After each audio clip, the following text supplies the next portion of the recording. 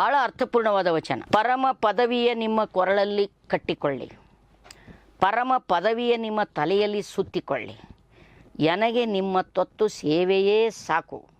ಮಹಾಲಿಂಗ ಗಜೇಶ್ವರ ದೇವ, ಪರಮ ಪದವಿಯ ನಿಮ್ಮ ಎದೆಯಲ್ಲಿ ಇರಿದುಕೊಳ್ಳಿ. ನೋಡಿ, ಗಜೇಶ್ ಮಸಣಯ್ಯನ ವಚನ 12ನೇ ಶತಮಾನದ ವಚನಕಾರ ಸಂದೋಹದಲ್ಲಿ ಭಾಳ ಅರ್ಥಪೂರ್ಣವಾದ ವಚನಗಳನ್ನು ಬರೆದಿರ್ತಕ್ಕಂಥವ ಗಜೇಶ್ ಮಸಣಯ್ಯ. ಕಲಬುರಗಿ ಜಿಲ್ಲೆಯ ಆಳಂದ ತಾಲೂಕಿನ ಮುನೋಳ್ಳಿ ಅನ್ನುವಂಥ ಸಣ್ಣ ಹಳ್ಳಿಯಿಂದ ಬಂದಿರತಕ್ಕಂಥವ ಗಜೇಶ್ ಮಸಣಯ್ಯ. ಇವನ ಹೆಂಡತಿ ಮಸಣಮ್ಮ ಅಂತೆಲ್ಲ ಬರ್ತದೆ. ಅವ್ರ ಚರಿತ್ರೆಯನ್ನು ಇಲ್ಲಿ ಹೇಳಲಿಕ್ಕೆ ಹೋಗಂಗಿಲ್ಲ ನಾನು. ಬಟ್ ಆತ ಭಾಳ ಅರ್ಥಪೂರ್ಣವಾದ ವಚನಗಳನ್ನು ಬರೀತಾನೆ. ಆ ವಚನಗಳು ಹೆಚ್ಚು ಚರ್ಚೆಗೆ ಬಂದಿಲ್ಲ. ಇವತ್ತಿನ ಸಂದರ್ಭಕ್ಕೆ ಅನ್ವಯವಾಗುವಂಥ ವಚನಗಳನ್ನು ನಾವು ಪದವಿಗಳಿಗಾಗಿ, ಪ್ರಶಸ್ತಿಗಳಿಗಾಗಿ ಎಷ್ಟೋ ಸರ್ತಿ ಅಂಗಲಾಚ್ತೇವೆ. ಆ ಪದವಿ ಕೊಟ್ಟವರು, ಪ್ರಶಸ್ತಿ ಕೊಟ್ಟವರು ತಗೊಂಡವ್ರ ಮೇಲೆ ತಮ್ಮ ಅಧಿಕಾರ ಜಮಾಯಿಸ್ತಾರೆ. ಅದಕ್ಕೆ ಇವತ್ತು ಮಸಣಯ್ಯ ಏನು ಹೇಳಿದೆ, ನಿಮ್ಮ ಪದವಿ ಪ್ರಶಸ್ತಿಗಳ ಹಂಗಿಗೆ ಬಿದ್ದವರು ಶರಣರಲ್ಲ. ನಾವು ನಮ್ಮ ಹಂಗಿಗೆ ಬಿದ್ದಿಲ್ಲ. ನೀವು ಯಾವ ಪದವಿ ಕೊಡ್ತೀರಿ, ನೀವು ಯಾವ ಪೋಸ್ಟ್ ಕೊಡಬೇಕಂತೀರೋ ಆ ಪೋಸ್ಟಿಗಾಗಿ ಜೊಲ್ಲು ಸುರಿಸೋರು ನಾವಲ್ಲ, ಅದಕ್ಕಾಗಿ ಲಾಬಿ ಮಾಡ್ತಕ್ಕಂಥವ್ರು ನಾವಲ್ಲ, ನಿಮ್ಮ ಕಾಲು ನೆಕ್ತಕ್ಕಂಥವ್ರು ನಾವಲ್ಲ. ನಿಮ್ಮ ಪದವಿ ನಿಮ್ಮ ಕೊರಳಲ್ಲಿ ಕಟ್ಟಿಕೊಳ್ಳಿ, ನಿಮ್ಮ ಪ್ರಶಸ್ತಿಗಳು ನಿಮ್ಮ ಕೊರಳ ಕಟ್ಕೊಳ್ರಿ, ನಿಮ್ಮ ಪದವಿ ನಿಮ್ಮ ತೆಲಿಗೆ ಸುತ್ತಗೋರಿ. ನೋಡ್ರಿ ಎಷ್ಟು ಇದರ್ಲಿಂದ ಹೇಳ್ತಾನೆ ಆತ ಅಂತ ಕೇಳಿದ್ರೆ, ಎಷ್ಟು ಧಿಕ್ಕಾರದ ಸ್ವರೂಪದಲ್ಲಿ ನಿಮ್ಮ ಪದವಿ ನಿಮ್ಮ ತಲೆ ಕಟ್ಕೋರಿ, ನಿಮ್ಮ ಪದವಿ ನಿಮ್ಮ ಕೊರಳ ಕಟ್ಕೊಳ್ರಿ. ನಮಗೆ ನೀವು ಕೊಡುವ ಯಾವ ಪದವಿಗಳು ಬೇಕಿಲ್ಲ, ನೀವು ಕೊಡುವಂಥ ಯಾವ ಪ್ರಶಸ್ತಿಗಳು ಬೇಕಿಲ್ಲ, ನೀವು ಕೊಡುವಂಥ ಯಾವುದೇ ಹುಸಿ ಗೌರವಗಳು ಬೇಕಾಗಿಲ್ಲ. ನನಗೆ ನಿಮ್ಮ ತತ್ತು ಸೇವೆಯ ಸಾಕು. ದೇವರಿಗೆ ಹೇಳ್ತಾನೆ ಆತ. ಮಹಾಲಿಂಗ ಗಜೇಶ್ವರ ಅವನ ಅಂಕಿತ ನಾಮ ಇದು. ಅವನ ಹೆಸರು ಗಜೇಶ್ ಮಸಣಯ್ಯ. ಗಜೇಶ್ ಅನ್ನುವಂಥದ್ದು ಅಲ್ಲಿರ್ತಕ್ಕಂಥ ಆರಾಧಿಸಿಕೊಂಡು ಬರ್ತಿರ್ತಕ್ಕಂಥ ಸ್ಥಾವರಲಿಂಗದ ಹೆಸರದು, ಸಂಕೇತ ಅದು. ಸೊ ತನ್ನ ಸಾಕ್ಷಿ ಪ್ರಜ್ಞೆಯನ್ನು ಸ್ಥಳೀಯ ದೇವತೆಗಳ ಹೆಸರಿನಿಂದ ಅಂಕಿತವಾಗಿ ಬಳಸ್ಕೊಂಡು ಬಂದರು ಶರಣರು. ಒಂದು ಅಂಕಿತ ಬೇಕಿತ್ತು ಅವರಿಗೆ. ಒಂದು ಅಂಕಿತವನ್ನು ಕೆಲವರು ತಮ್ಮ ಹೆಸರನ್ನೇ ಅಂಕಿತವಾಗಿ ಇಟ್ಕೊಂಡರೆ, ಕೆಲವರು ತಾವು ವಾಸ ಮಾಡುವಂಥ ಊರಿನಲ್ಲಿರ್ತಕ್ಕಂಥ ಸ್ಥಾವರಲಿಂಗಗಳ ಹೆಸರುಗಳನ್ನೇ ಅಂಕಿತವಾಗಿ ಇಟ್ಕೊಂಡು, ಆದರೆ ಅವ್ರು ಯಾರೂ ಸ್ಥಾವರಲಿಂಗದ ಆರಾಧಕರಲ್ಲ. ಅದು ಐಡೆಂಟಿಟಿ ಅನ್ನುವ ರೀತಿಯಲ್ಲಿ, ಅವರ ಗುರುತು ಅನ್ನುವ ರೀತಿಯಲ್ಲಿ ಅಂಕಿತ ನಾಮಗಳನ್ನು ಬಳಸ್ಕೊಂಡ್ರು. ಸೊ ಅದಕ್ಕೆ ಅವನೇನು ಹೇಳ್ತಾನೆ, ನನಗೆ ನಿಮ್ಮ ತೊತ್ತು ಸೇವೆಯೇ ಸಾಕು. ನಿಮ್ಮ ತೊತ್ತು, ನಿಮ್ಮ ಆಳ, ನಿಮ್ಮ ಆಳಿನ ಸೇವೆ ಸಾಕು. ಅಂದರೆ ನನಗೆ ನಿಮ್ಮ ಅಂದರೆ ನಿಮ್ಮ ಶರಣರ, ಸದ್ಭಕ್ತರ, ಭಾಳ ವಚನಗಳಲ್ಲಿ ಹೇಳ್ತಾನೆ, ನಿಮ್ಮ ಸದ್ಭಕ್ತರ ಮನೆಯ ಕಾಯ್ದುಕೊಂಡಿಪ್ಪ ಪದವಿಯ ತೋರಯ್ಯ ಎನಗೆ ಅನ್ನುವ ಬಸವಣ್ಣ ತಮ್ಮ ಒಂದು ವಚನದಲ್ಲಿ ಹೇಳ್ತಾರೆ. ಅದೇ ಮಾತನ್ನು ಈತ ಹೇಳ್ತಾನೆ, ನೀವು ಕೊಡುವ ಯಾವ ರಾಜಪ್ರಭುತ್ವದ ಪದವಿ ಬೇಕಿಲ್ಲ ನನಗೆ. ನೀವು ಕೊಡುವಂಥ ಯಾವ ಜಮೀನ್ದಾರಿ ವ್ಯವಸ್ಥೆಯ ಅಥವಾ ಯಾವುದೇ ಶ್ರೀಮಂತ ವ್ಯವಸ್ಥೆಯ ಔಪಚಾರಿಕ ಸಮಾಜ ಮಾಡುವಂಥ ಯಾವ ಪದವಿಗಳ ಹಂಗಿಗನೂ ನಾನಲ್ಲ. ನನಗೆ ಯಾವ ಪದವಿ, ನೀವು ದೊಡ್ಡ ಪದವಿಗಳನ್ನ, ಪ್ರಧಾನಮಂತ್ರಿ ಪದವಿ ಬೇಕಿಲ್ಲ, ದಂಡನಾಯಕನ ಪದವಿ ಬೇಕಿಲ್ಲ, ರಾಯನ ಮನೆಯ ಬಾಗಿಲು ಕಾಯ್ದುಕೊಂಡಿರ್ತಕ್ಕಂಥ ಪದವಿನೂ ಕೂಡ ನಮ್ಗೆ ಬೇಕಾಗಿಲ್ಲ. ಆ ಪದವಿಗಳೆಲ್ಲ ನಿಮ್ಮ ಹತ್ರನೇ ಇಟ್ಕೊಳ್ರಿ. ನನಗೆ ಯಾವ ಪದವಿ ಬೇಕು? ಅರೆ, ಜನಸಾಮಾನ್ಯರ ಸೇವೆ ಮಾಡುವ ಪದವಿ, ಶರಣರ ಸೇವೆ ಮಾಡ್ತಕ್ಕಂಥದ್ದು. ಸೇವೆ ಅಂದರೆ ಅವರಿಗಾಗಿ ನನ್ನನ್ನು ನಾನು ಮೀಸಲಾಗಿ ಇಟ್ಕೊಂಡಿದ್ದೇನೆ. ಜನಸಾಮಾನ್ಯರ ಕಣ್ಣೀರು ಒರೆಸುವಂಥ ಪದವಿ ಇದೆಯಲ್ಲ, ಇದು ಔಪಚಾರಿಕವಾದ ಪದವಿಗೆ ಸಮಬಾರದಿದು. ಅಂಥ ಪದವಿಯೇ ನನಗೆ ಸಾಕು. ನೋಡಿರಿ, ಕೊನೆಗೆ ಮತ್ತೆಷ್ಟು ಸಿಟ್ಟಿನಿಂದ ಹೇಳ್ತಾನಂದರೆ, ಪರಮ ಪದವಿಯ ನಿಮ್ಮ ಎದೆಯಲ್ಲಿ ಇರಿದುಕೊಳ್ಳಿ, ಆ ಪದವಿ ನಿಮ್ಮ ಎದೆಗೆ ನೀವೇ ಚುಚ್ಕೋರಿ ಅಂತ. ಈ ರೀತಿಯಿಂದ ಧಿಕ್ಕರಿಸಿ ಹೊರಗೆ ನಿಂತಿದ್ದಕ್ಕಾಗಿ ಅವರು ಕ್ರಾಂತಿಕಾರಿಗಳಾಗಲಿಕ್ಕೆ ಸಾಧ್ಯವಾಯಿತು. ಅಂದರೆ ಪ್ರಭುತ್ವ ಮಾಡುವ, ಔಪಚಾರಿಕ ಸಮಾಜ ಮಾಡುವ ಯಾವುದೇ ಪಳ್ಳು ಪದವಿ ಪ್ರಶಸ್ತಿಗಳಿಗೆ ಅವರು ಯಾವತ್ತೂ ಆಶೆಗೆ ಬೀಳಲಿಲ್ಲ. ಅವುಗಳ ಬಗ್ಗೆ ಭ್ರಮೆ ಇಟ್ಕೊಳ್ಳಿಲ್ಲ.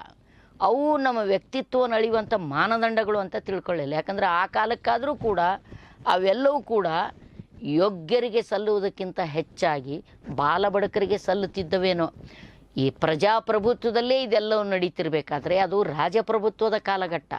ಆ ರಾಜಪ್ರಭುತ್ವದ ಕಾಲಘಟ್ಟದಲ್ಲಿ ರಾಜರ ಆ ಪ್ರಭುತ್ವದ ಸಮೀಪಕ್ಕೆ ಹೋಗಬೇಕು ಅಂದರೆ, ಒಂದು ಆ ವ್ಯಕ್ತಿ ಅತಿ ಹೆಚ್ಚು ಡಿಪ್ಲೊಮೆಟಿಕ್ ಆಗಿರಬೇಕು ಮತ್ತು ಪ್ರಜಾ ವಿರೋಧಿಯಾಗಿರಬೇಕು. ಅವನು ರಾಜನನ್ನು ಮೆಚ್ಚಿಸಬೇಕು ಅಂದರೆ ರಾಜನನ್ನು ಬೂಸ್ಟ್ ಮಾಡಬೇಕು ಅಥವಾ ರಾಜ ಪರಿವಾರದವರನ್ನು ಹೊಗಳಬೇಕು, ಅವ್ರನ್ನ ಇಂದ್ರ ಚಂದ್ರ ಇದೆಲ್ಲ ಅನ್ನಬೇಕು. ಅಂದಾಗ ತಾನೇ ಅವ್ರು ನಿಮ್ಗೆ ಪದವಿ ಕೊಡೋದು. ಅವ್ರು ಮಾಡುವಂಥ ಹುಳುಕುಗಳನ್ನು, ಅವ್ರು ಮಾಡುವಂಥ ಕೆಟ್ಟ ಕೆಲಸಗಳನ್ನೆಲ್ಲ ನೀವು ಸಮರ್ಥನೆ ಮಾಡಿಕೊಳ್ಳಬೇಕಾಗ್ತದೆ. ನೀವು ಯಾವುದೇ ಒಂದು ಪ್ರಭುತ್ವದ ಪದವಿಗಳು, ಅನುದಾನಗಳು, ಪ್ರಶಸ್ತಿಗಳು, ಗೌರವಗಳು, ಹೊಗಳಿಕೆಗಳು ಯಾವುದೇ ರೂಪದಲ್ಲಿ ಇರ್ಬೋದು, ಅವುಗಳ ಹಂಗಿಗೆ ನೀವು ಬಿದ್ರಿ ಅಂತಾದರೆ ನೀವು ಕಣ್ಣನ್ನು ಮುಚ್ಕೊಳ್ಬೇಕಾಗ್ತದೆ.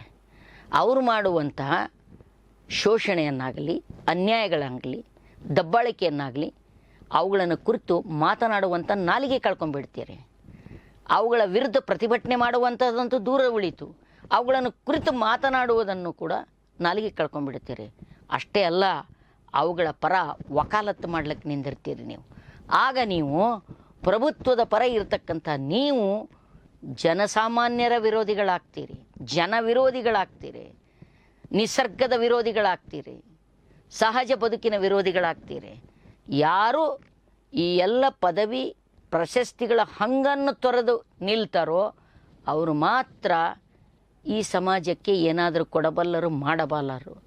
ಇಲ್ಲಿರ್ತಕ್ಕಂಥ ಕಟ್ಟ ವ್ಯವಸ್ಥೆಯಲ್ಲಿ ಏನಾದರೂ ಬದಲಾವಣೆ ತರಬಲ್ಲರು. ಅದಕ್ಕೆ ಅವನು ಎಷ್ಟು ನಿಷ್ಠುರವಾಗಿ ಹೇಳಿಬಿಡ್ತಾನೆಂದರೆ, ನಿಮ್ಮ ಪದವಿ ಮೊದಲು ನಿಮ್ಮ ಕೊರಳ ಕಟ್ಕೋರಿ ಅಂತಾನೆ, ನಿಮ್ಮ ಎದೆಯಲ್ಲಿ ಕಟ್ಕರೆ, ನೀವು ಕಟ್ಕರ್ಬೇಕಾರೆ ನಿಮ್ಮ ಮೆಡಲ್ ನೀನೇ ನಿನ್ನ ಮೆಡಲ್ ಕೊಳ್ಳಾಗ ಹಾಕೋ, ಕಿರೀಟ ನಿನ್ನ ತಲೆಗೆ ಸುತ್ಕೋ. ಕೊನೆಗೇನು ಹೇಳ್ದ, ನಿಮ್ಮ ಪದವಿಯನ್ನು ನಿಮ್ಮ ಎದೆಯಲ್ಲಿ ಇರಿದುಕೊಳ್ಳಿ, ನಿಮ್ಮ ಎದೆಗೆ ಚುಚ್ಕೋರಿ ಅಂತ ಹೇಳ್ಬಿಟ್ಟವ.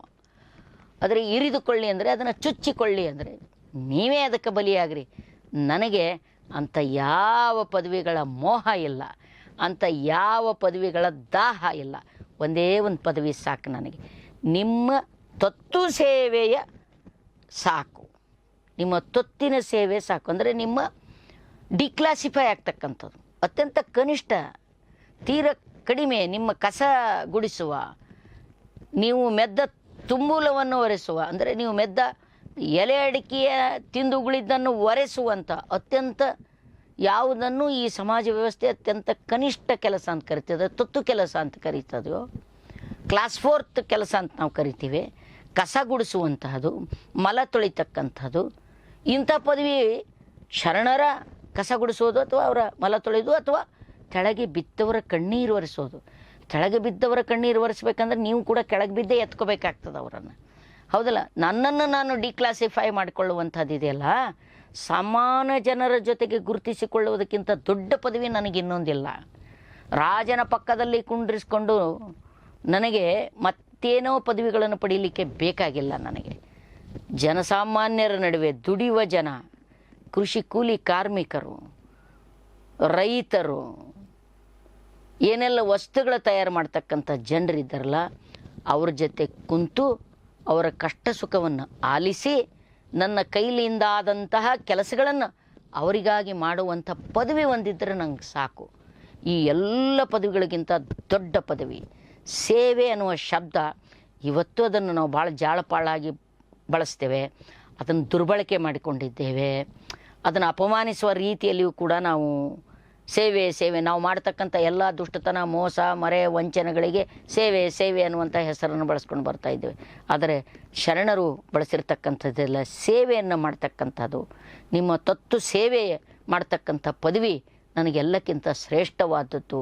ಸೊ ಪ್ರಾಯಶಃ ಈ ವಚನವನ್ನು ಪ್ರತಿಯೊಬ್ಬರೂ ಬಹಳ ಸ್ಥಿತಿಯಲ್ಲಿ ಅವಲೋಕಿಸುವುದಾದರೆ, ಇದನ್ನು ನಮ್ಮ ಆತ್ಮಸಾತ್ ಮಾಡಿಕೊಳ್ಳುವುದಾದರೆ, ಯಾವ ಈ ಪ್ರಶಸ್ತಿಗಳ ಗುದ್ದಾಟ ಇದೆಯಲ್ಲ, ಪ್ರಶಸ್ತಿಗಳಿಗಾಗಿ ನಡೆಯುವಂಥ ಕಸರತ್ತುಗಳಿವೆಯಲ್ಲ, ಅವುಗಳನ್ನು ನಿಲ್ಲಿಸಲಿಕ್ಕೆ ಸಾಧ್ಯ ಆಗ್ತದೆ.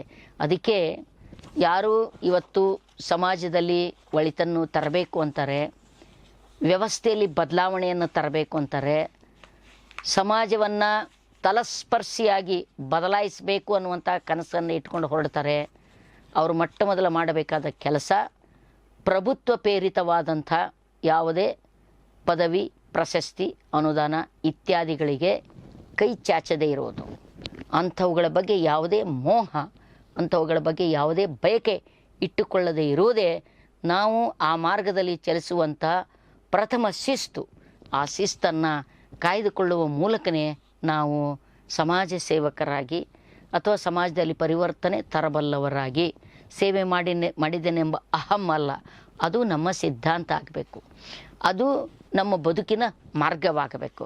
ಅಂದಾಗ ಮಾತ್ರ ನಾವು ತೃಪ್ತ ರೀತಿಯಿಂದ ಬದುಕನ್ನು ಬದಲಿಕ್ಕೆ ಸಾಧ್ಯ ಅನ್ನೋದನ್ನು ಮಸಣಯ್ಯ, ಗಜೇಶ್ ಮಸಣಯ್ಯ ಅನ್ನುವಂಥ ಒಬ್ಬ ಶರಣ ಭಾಳ ಸ್ಪಷ್ಟವಾಗಿ ಅವತ್ತೂ ಕೂಡ ಜನ ಈ ಸಮಾಜದಲ್ಲಿ ಅಂಥವ್ರಿದ್ದರು. ರಾಜಪ್ರಭುತ್ವ ನೀಡುವ ಪದವಿಗಳಿಗೆ ಅಥವಾ ಶ್ರೀಮಂತರು ನೀಡುವಂಥ ಪ್ರಶಸ್ತಿಗಳಿಗೆ, ಅವರ ಹೊಗಳಿಕೆಗೆ ಅವ್ರ ಕಡೆಯಿಂದ ಹೌದು ಅನ್ನಿಸ್ಕೊಳ್ಬೇಕನ್ನುವಂಥ ಹವ್ಯಾಸಕ್ಕೆ ಬಿದ್ದವರಿದ್ದರೂ ಕಾಣಿಸ್ತದೆ. ಅದಕ್ಕೆ ಅವತ್ತು ಭಾಳ ಸ್ಪಷ್ಟವಾಗಿ ನಿಮ್ಮ ಪದವಿ ನಿಮ್ಮ ಹತ್ತಿರ ಇಟ್ಕೊಳ್ರಿ, ಅದು ನನ್ನ ಸನಿನೂ ನೀವು ಬರಬೇಡ್ರಿ, ಅದನ್ನ ನೋಡ್ರಿ, ಅವನು ಒಂದು ಅಷ್ಟತೆ ನೋಡಿ ನಿನ್ನ ಎದೆಯಾಗಿಟ್ಕೋ ಅಂತೇನು ಹೇಳ್ತಾನಲ್ಲ ಸಾಮಾನ್ಯ ಜನರೇ, ನಿನ್ನ ರೊಕ್ಕ ನಿನ್ನ ಬಳಿ ಇಟ್ಕೋ ಹೋಗು ಅಂತ ಹೇಳ್ತಾರಲ್ಲ, ಆ ರೀತಿಯಾಗಿ ದಾಷ್ಟ್ಯತನದಿಂದ ಎಲ್ಲ ಮೋಹಗಳನ್ನು ಮೀರಿ ನಿಂತ ಶರಣರಿಗೆ, ಎಲ್ಲ ಲೋಕ ಬಯಕೆಗಳ ಮಿತಿಯನ್ನು ಮೀರಿ ನಿಂತು ಅಮಿತವಾದ ಆನಂದದ ಕಡೆ ಲಕ್ಷ್ಯ ಇಟ್ಟಂಥವರಿಗೆ ಮಾತ್ರ ಇದು ಸಾಧ್ಯ ಆಗ್ತದೆ. ಸಾಮಾನ್ಯರಿಗೆ ಇದು ಸಾಧ್ಯ ಆಗುವುದಿಲ್ಲ ಅನ್ನೋದನ್ನು ಮಸಣಯ್ಯನವರ ಈ ವಚನ ನಮ್ಮ ಅರಿವಿಗೆ ತಂದುಕೊಡುತ್ತದೆ.